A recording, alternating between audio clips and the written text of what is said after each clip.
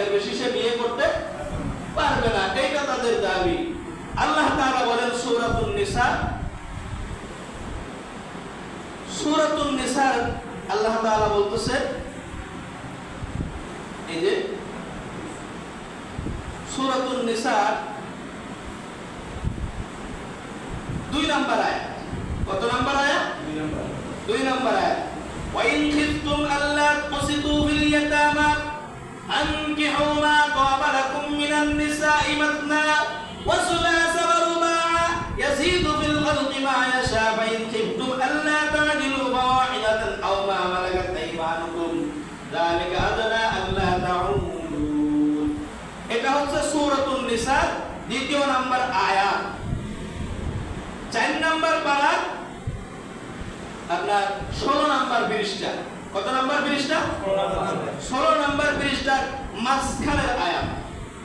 একেবারে part by part বলে দিচ্ছি, কারো যদি কোনো সন্দেহ থাকে সে খাতায় নোট করে নিয়ে যান, টুকে নিয়ে যান, লেখে নিয়ে যান, বাসায় গিয়ে তরজমা কোরআন শরীফ কিনে মিলাবেন যে হুজুর ভুল বলছে না সঠিক বলছে, হুজুর যা বলছে তা কোরআনে আছে না নাই, এটা বাসায় গিয়ে মিলাবেন।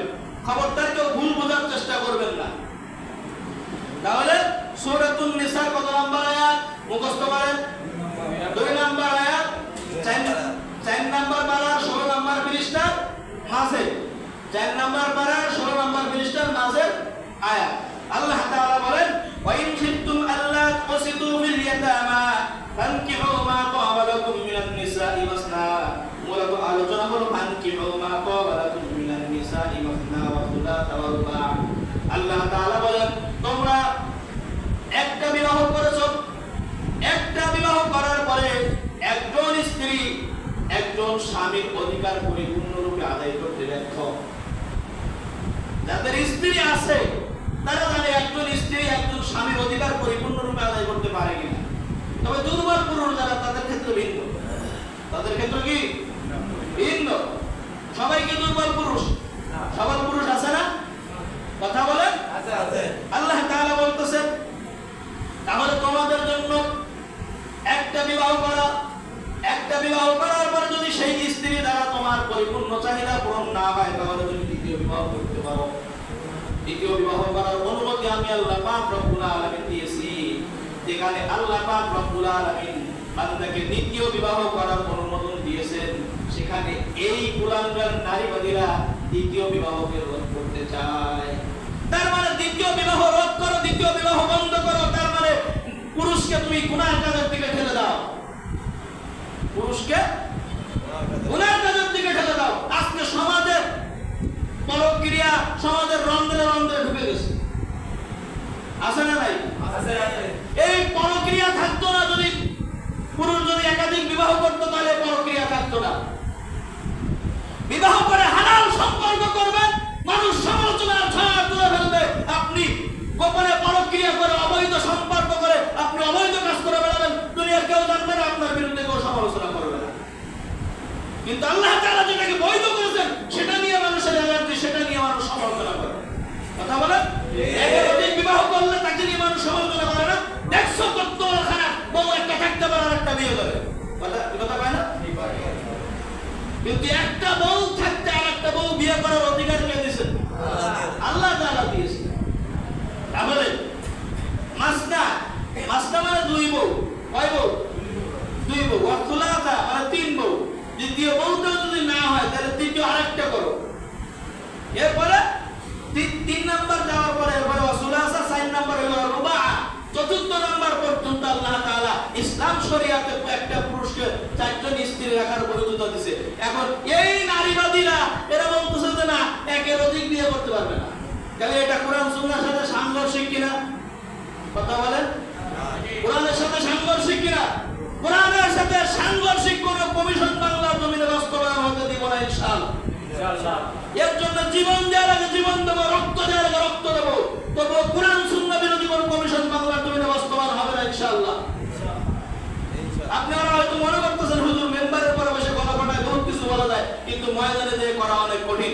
আমরা ইনশাআল্লাহ ময়দানে থেকে কথা বলা লোক, আমরা ময়দানে বাস্তবায়ন করে দেখানোর লোক। আমরা আওয়ামী লীগের সময়ও, ফ্যাসিস্ট সরকারের সময়ও এরকম মেম্বারের পরে বসে আজকে যেরকম জোরালো কণ্ঠে কথা বলতেছি, এরকম বাংলাদেশের রক্তচক্ষুকে কোনোদিন ভয় করি নাই। দ্বিতীয় নাম্বার গেল। এবার আসেন তৃতীয় নাম্বার, সংক্ষেপ করে বলতেছি কারণ এর মাঝখানে আবার অনেক ব্যাখ্যা বিশ্লেষণ আছে। একজন নারী একজন পুরুষ চারটে বিবাহ করলে সমস্যা নেই, কিন্তু একজন নারী যদি চারটে বিবাহ করে, অনেক নাস্তিক আছে দেখবেন, নাস্তিকরা বলে পুরুষ যদি চারটে বিয়ে করতে পারে তাহলে মহিলা কেন চারটে বিয়ে করতে পারবে না, বলে কিনা এই জাতীয় কথা। আচ্ছা, একজন মহিলা যদি চারটে বিবাহ করে, চারজন স্বামী নিয়ে একসাথে সংসার করতেছে, তো চারজন স্বামী নিয়ে এক মহিলা সংসার করতেছে, এখন মহিলার পেটে বাচ্চা আসছে, এই বাচ্চা কার? বাচ্চা কার? বাচ্চা যখন ভূমিষ্ঠ হবে চারজনই তো টানাটানি শুরু করে দিবে, বাচ্চা কার? বিষয়টা তাই না? কিন্তু একজন স্বামী যদি চারজন স্ত্রী রাখে, চারজনের গর্ভে বাচ্চা আসলো, পিতা কয়জন? পিতা কয়জন? একজন। এই জিনিসগুলা এই নারীবাদীরা বুঝতে চায় না। বুঝবে কেমনে? মাথায় তো গিলু কম। মাথায় কি কম? গিলু কম। 3 নম্বর হলো শরীর আমার, সিদ্ধান্ত আমার। নাউজুবিল্লাহ কান। মানে আমার শরীর, সিদ্ধান্ত আমার, আমি যেখানে ইচ্ছা সেখানে শুয়ে পড়তে পারবো। নাউজুবিল্লাহ কান না? শরীর আমার, সিদ্ধান্ত আমার, আমি যেখানে ইচ্ছা যার সাথে ইচ্ছা কুত্তার মতো রাস্তাঘাটে সহবাস করতে শুরু করেছে এখন। কথা বলে? আমি কি ভুল বলতেছি? সমাজের বাস্তব চিত্র এটা। এই নারীবাদীরা আজকে মা বোনদেরকে কোথায় নামাইছে, মহিলাদের, নারীদের ইজ্জত কোথায় নিয়ে গেছে। একটা 2 টাকা দামের একটা 1 টাকা দামের একটা শ্যাম্পুর মধ্যে মহিলার ছবি। কথা বলে? একটা মহিলার দাম কি 1 টাকা? একজন মা বোনের ইজ্জতের দাম কি 1 টাকা? 1 টাকায় কেন তার ইজ্জত বিক্রি করা হচ্ছে? শ্যাম্পুর মধ্যে মা বোনের ছবি লাগাই দিয়া এই প্রতিবাদ কে করবে? এই কথাগুলো কে বলবে? হিসাব করে দেখছেন কোথায় নামাইছে এই নারীবাদীরা? তাহলে শরীর আমার, সিদ্ধান্ত আমার। তো শরীর আমার, সিদ্ধান্ত আমার, আমি যেখানে খুশি সেখানে চিৎপটাং দিয়ে বলবো, এটা খুব ভালো ভালো কথা। তার মানে শিয়াল কুকুর এরা যেরকম আবাদে মিলামেশা করে, আমি ওরকম আবাদে মিলামেশা করবো। এটা কি কোরআন সুন্নাহর সাথে যায়? এটা কোরআন সুন্নাহর সাথে যায়? ইসলাম শরিয়াতের সাথে যায়? ইসলাম শরিয়াত কি বলছে? স্বামী স্ত্রী মিলামেশা করা বৈধ করছে, তো যেখানে সেখানে না। হ্যাঁ, নাকি নির্দিষ্ট জায়গায়? পর্দার সাথে না পর্দা লঙ্ঘন করে? এমনকি মশারি টানায় নিতে বলছেন আল্লাহ রসুল। কেন?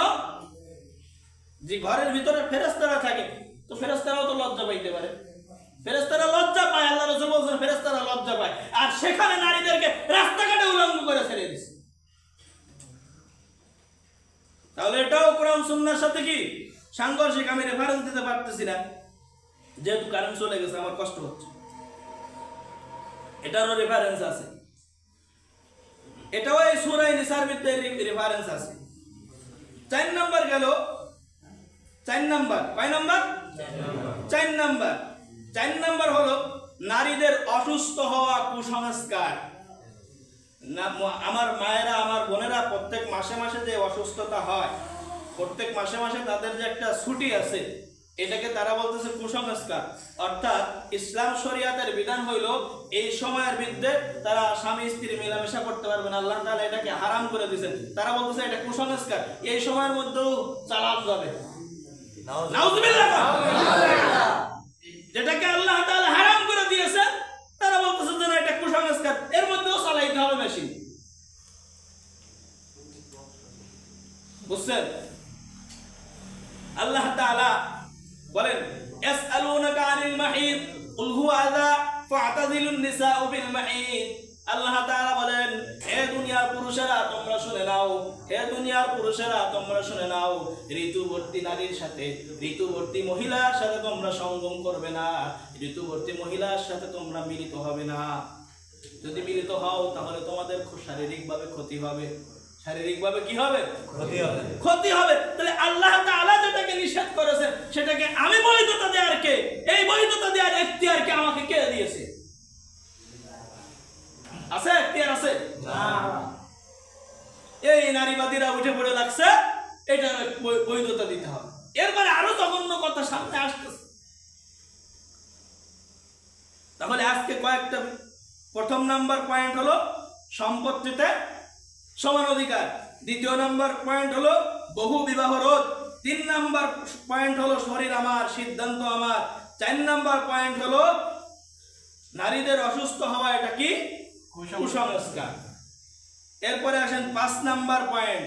5 নাম্বার পয়েন্টটা সমাজে অত্যন্ত মারাত্মক, অত্যন্ত মারাত্মক। ট্রান্সজেন্ডার মানে হলো সমকামিতা। নাউজুবিল্লাহ কয় না? আরো জোরে আওয়াজ করে বলেন নাউজুবিল্লাহ। সমকামিতা, পুরুষে পুরুষে মিলন, মহিলায় মহিলায় মিলন, এটাকে বলা হয় সমকামিতা। অথবা কোন পুরুষ ইচ্ছা করলে সে নারী হতে পারবে না, অথবা কোন নারী ইচ্ছা করলে সে পুরুষ হতে পারবে। কোন নারী সে প্লাস্টিক সার্জারির মাধ্যমে, অপারেশনের মাধ্যমে, ডাক্তারি প্রক্রিয়ায় কোন নারী সে পুরুষ হলো, কি হলো? পুরুষ হলো। তো পুরুষ হওয়ার পরে সে তো সহবাস করবে কোনো না কোনো নারীর সাথে, কথা বলে? তাহলে কি হলো? নারীতে নারীতে সহবাস হলো না? এর নাম হলো সমকামিতা। এর নাম কি? সমকামিতা। কোন পুরুষ সে মহিলা হলো, কি হলো?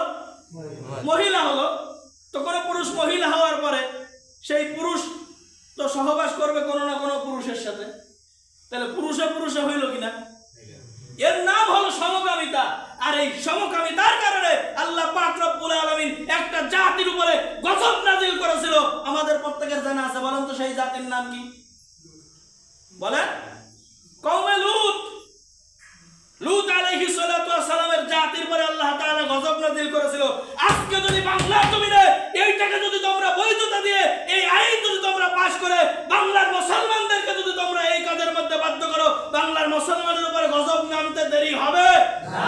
দেরি হবে না। আমরা কোনো অবস্থাতেই মেনে নিতে পারি না। এর তীব্র প্রতিবাদ ও নিন্দা জানাই, এর তীব্র নিন্দা জ্ঞাপন করি আমরা, এবং এটাকে কোনো অবস্থায় বাংলার জমিনে বাস্তবায়ন হতে দিব না ইনশাআল্লাহ। এই হলো সমকামিতা। বুঝছেন? খোলামেলা আলোচনা করতেছে, আপনাদের কষ্ট হচ্ছে না? লজ্জা পাচ্ছেন না? লজ্জা পেলে তো চলবে না। এই কথাগুলো কে বলবে আপনাদেরকে? কে বোঝাবে আপনাদেরকে? এই যে কোরআন সুন্নাহ বিরোধী এতগুলো আইন বাংলার জমিনে পাস করতে যাচ্ছে, এটাকে যদি আমরা প্রতিবাদ না করি, প্রতিবাদ করবে কি হরিচরণ আর গুরুচরণ? না। 5 নাম্বার হইল তালাক, 6 নাম্বার, 7 নাম্বার হইল তালাক, 6 নাম্বার তালাক। কি? তালাক। নারীর পূর্ণ স্বাধীনতা থাকবে স্বামীকে তালাক দেওয়ার।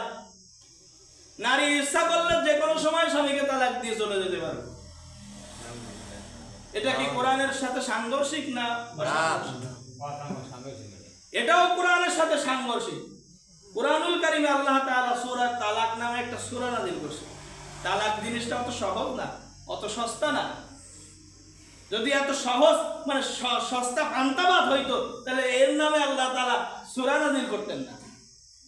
সূরাতুত তালাক, আল্লাহ তাআলা কুরআনুল কারীমে একটা সূরা নাযিল করেছেন, যে সূরার ভিতরে আল্লাহ তাআলা এই বিষয়ে বিস্তারিত আলোচনা করেছেন। একজন নারী সে ইচ্ছা করলে তার স্বামীকে তালাক দিতে পারবে না, এই অধিকার তাকে আল্লাহ তাআলা দেন নাই।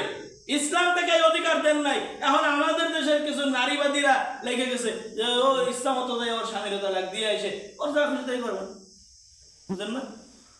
একজন নারী যদি এই পাওয়ার পায়, যখন স্বামীর সাথে একটু তর্ক বিতর্ক লাগছে, একটু ব্যাপারটা হয়েছে, ব্যাস এই পারবো না তোর সংসার, তালাক।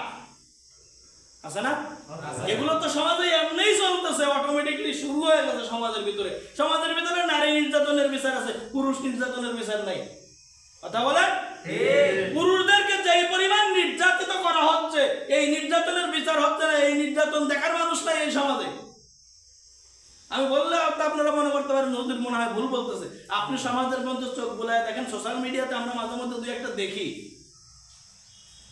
যে নারীরা কিভাবে পুরুষের উপরে নির্যাতন করতেছে। নারীর অধিকার দিতে দিতে নারীকে একেবারে মাথায় তুলে ফেলছে। এখন নারী আর কাউকে মানুষ করছে না, কাউকে মানুষ মনে করতেছে না। ওই যে কথা আছে না, বান্দর বেশি লাই দিলে মাথায় উঠে। পেশাব করে। তো বান্দর তো লাই দিয়ে ফেলছে, বান্দর কি লাই দিয়ে ফেলছি। আমার এই আলোচনা সোশ্যাল মিডিয়ায় যাওয়ার পরে আবার মা বোনেরা চিন্তা করবে, হুজুর মনে হয় আমাদেরকে নারী, আমাদেরকে বান্দর বলছে। না, সব নারীকে বলি নাই, বান্দর মার্কা তো কিছু আছে তাদেরকে বলছি। সব মা বোনেরা আমার মন খারাপ করলে হবে না, কথা বুঝছেন?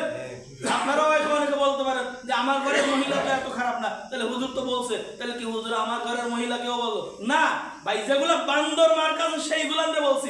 আপনাদের সব মা, আমার তো মা বোন আছে, কি বলেন, আছে না?